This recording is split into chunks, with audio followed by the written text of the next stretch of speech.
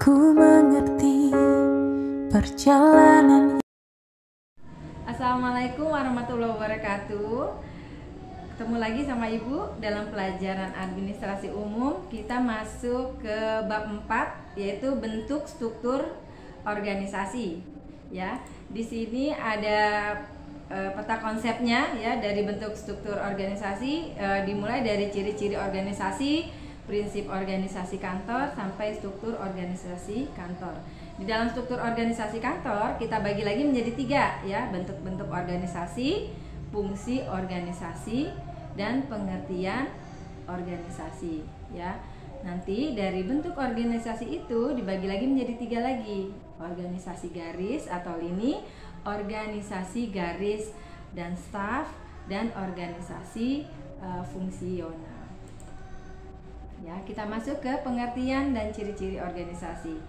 Organisasi adalah kesatuan susunan yang terdiri atas bagian-bagian orang dalam perkumpulan untuk mencapai tujuan tertentu, kelompok kerjasama antara orang-orang yang diadakan untuk mencapai tujuan bersama. Ya, itu adalah organisasi. Jadi ciri-cirinya dia terdiri atas sekelompok orang, yaitu 2 orang atau lebih, dan dia mempunyai kerjasama yang berlangsung di dalamnya dan mempunyai tujuan yang hendak dicapainya ya. Terus selanjutnya kita masuk ke prinsip-prinsip organisasi kantor. Di sini ada pendapat menurut Emanulang ya, katanya ada prinsip organisasi kantor itu yang pertama perumusan tujuan. Ya, perumusan tujuan, apa sih tujuan perumusan dari pendirian kantor atau tujuan dari pencapaian kantor tersebut ya, misalnya. Yang kedua pembagian kerja ya, jadi pembagian kerja dari garis atas sampai bawah, dari direktur sampai ke bawah ya, dari pembagian kerjanya. Terus ada pendelegasian atau kekuasaan dan wewenang, itu ada tupoksi masing-masing bagian. Terus ada rentang manajemen ya, jadi ada yang memisahkan antara atasan dengan bawahan, bukan maksudnya memisahkan atau apa, supaya ada satu koordinasi yang baik dari atasan sampai dengan bawahan ya. Sampai dengan ada tingkatan pengawasan ya, dimana di situ ada pengawasan yang bisa menilai daripada perjalanan satu organisasi kantor ya. Jadi ada kesatuan perintah dan tanggung jawab, dan ada koordinasi atau teamwork kerja ya, jadi yang baik tuh ya. Terus selanjutnya pengertian struktur organisasi ya. Struktur organisasi adalah suatu kerangka dan tata susunan perwujudan pola tetap hubungan antara tiap bagian, fungsi-fungsi, serta posisi atau orang-orang yang menunjukkan kedudukan, tugas, wewenang, dan tanggung jawab yang berbeda-beda dalam satu organisasi. Yaitu menurut si Robin Evansvik ya, Gibson, Mullin, Wagner ya, itu contoh yang mendefinisikan pengertian struktur organisasi.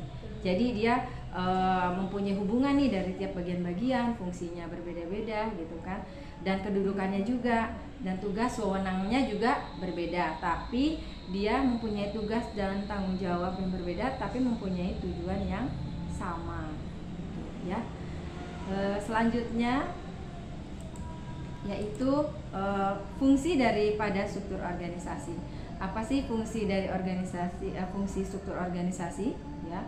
Yang pertama yaitu menjelaskan kedudukan seseorang dalam struktur organisasi sehingga mudah melakukan koordinasi di setiap bagian dan fungsi orang yang dipercayakan dalam satu organisasi ya. Dia jadi menjelaskan apa sih kedudukannya si A ini dalam struktur ini, dia apa, dia sebagai apa, dan fungsinya sebagai apa, dan dia dia mempunyai wewenang apa saja ya. Terus yang kedua menguraikan pembagian kerja sehingga memudahkan pimpinan untuk melakukan monitoring. Jadi fungsi dari struktur organisasi itu dia memudahkan atasan untuk memonitoring dan mengendalikan bawahannya ya. Terus yang ketiga menunjukkan hubungan antar bagian ya, atau posisi dalam melaksanakan tugas dan tanggung jawab. Dari struktur itu jelas, jadi menunjukkan ada bagian atau posisinya di dalam tugas dan tanggung jawab.